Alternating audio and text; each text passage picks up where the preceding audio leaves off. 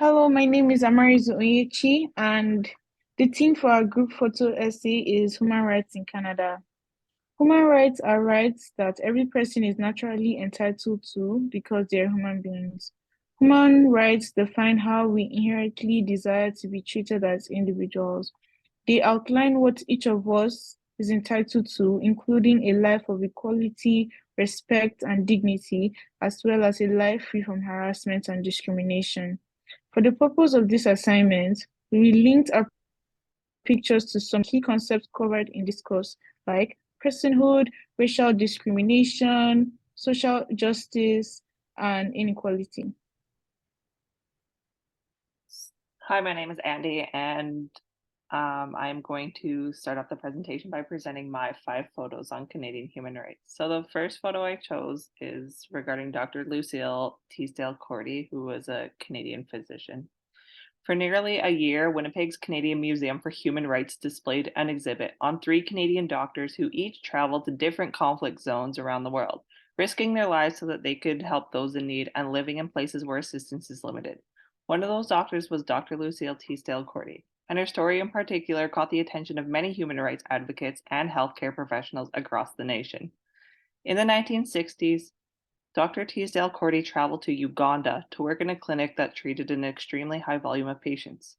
Eventually, she and her husband turned that clinic into a hospital, but she experienced incidents of drug theft and kidnapping of their medical staff, as this was a time during which civil conflict overcame Uganda. It is so disheartening that there are human beings who cannot seek out healthcare due to unsafe conditions, as well as the lack of medical professionals in the developing countries. It's unfortunate to admit that this is a demonstration of a complete lack of personhood. If everyone received equal health care, then there would be equal rights. My second photo is titled Human Rights of Those Seeking Asylum in Canada. And in this picture, we see a couple with their baby being arrested for crossing the US Canadian border irregularly. I say irregularly because using the term illegal is now deemed as inaccurate, as their intentions are more than likely unharmful and they are simply seeking asylum. The right to asylum is actually protected in the Universal Declaration of Human Rights, Article number 14, as it recognizes that asylum seekers may need to enter a country irregularly or without the proper documentation. However, in this photo, at least one of these asylum seekers is being arrested, basically stripping him of this human right. Additionally, in relation to topics we've learned this semester, this disrespectful act performed by the RCMP officer strips this person of both their personhood and social justice, which includes a person's possession of human rights. Canadian human rights seem to appear as just suggestions to some, reflecting both ignorance and negligence. My third photo reflects healthcare rates in Canada. While the rules vary slightly from province to province, Canadians are entitled to several significant healthcare rights, including the right to recognition of an advanced care plan, which means a person is able to make a decision as to what they want in terms of treatment when they are unable to speak for themselves, and the right to be fully informed of all available treatment options pertaining to their situation, or in other words, the right of informed consent. These rights are available to all Canadians, no matter their health history, ethnic background, religion, sexual orientation, you name it. Our healthcare system is designed to meet the needs of all populations across the nation, providing equitable access to care for those in times of need. My fourth photo is titled The Right to Live Free from All Forms of Discrimination in Canada. In 1977, the Canadian Human Rights Act was created, and within that act included the prohibition of discrimination against race, age, sex, ability, both physical and mental, and other categories. However, we unfortunately do not always see these rights being exercised, particularly in healthcare. In Canadian healthcare facilities, we sadly see many forms of discrimination against both patients and healthcare staff. For example, what seems to be the top issue for a nation regarding healthcare inequalities is the discrimination against Indigenous populations seeking medical treatment/assistance. This results in prolonged wait times, over which their condition deteriorates or becomes fatal. In this course, we discuss many aspects of human rights within healthcare, as well as the concept of human diversity and what that looks like in Canadian healthcare itself in order for us as future nurses to be able to recognize and act upon acts of discrimination and stand up for Canadian human rights. My last photo represents women in Canadian healthcare and their rights. It is a long-standing, however mainly silent issue that women in healthcare are not receiving equal rights in comparison to men. This goes for both female healthcare staff and patients. In terms of female staff, it has been reported that they experience mistreatment by patients, receive unequal workload distribution, and belittlement from colleagues, just to name a few. These factors are not only have a large impact on the female healthcare workers' well-being, but on their patients' well-being and care as well. On the female patient side of things, we see many inequalities, mainly relating to sexual and reproductive health.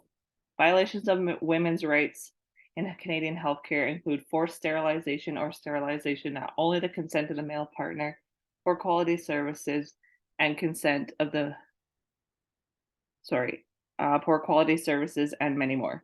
Human rights in healthcare will never be equal until we are able to break these barriers towards the female population. And from what we have learned in the gender exclusion portion of this course, gender plays a crucial role in the social determinants of health. Yeah, looking at human rights, that brings me to this picture that on slavery, that's the remembrance of those that were victim of the slavery, victim of the slavery. So this is kind of injustice to human rights. So yeah, people, about 15 million Africans, both women, children, and men, suffered slavery in the, 400 years, over 400 years ago. Please, can we turn to the next page, please? So, looking at human rights, we look at it that there should be, people should be educated on how humans should be treated. That education will bring a lamplight to how one should be treated, so that there can be eradication of injustice of human rights, and also to empower people so that they will be able to speak up where they need to, and also to be able to change this this inequality according to UN view. Can we turn to the next page, please?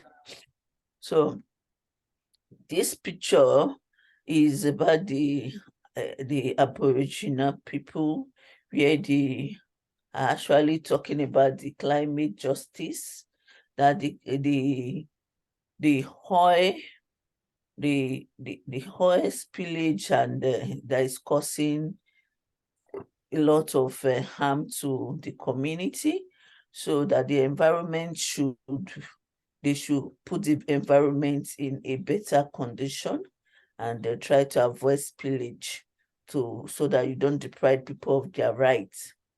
Please, can we turn to the next page, please? So preservation of land for future generation. So like this picture is also saying, making us know that there should be what? There should be preservation of land. And how do we preserve the land? For the future generation, that the land should not be polluted, and the land should be well treated, like where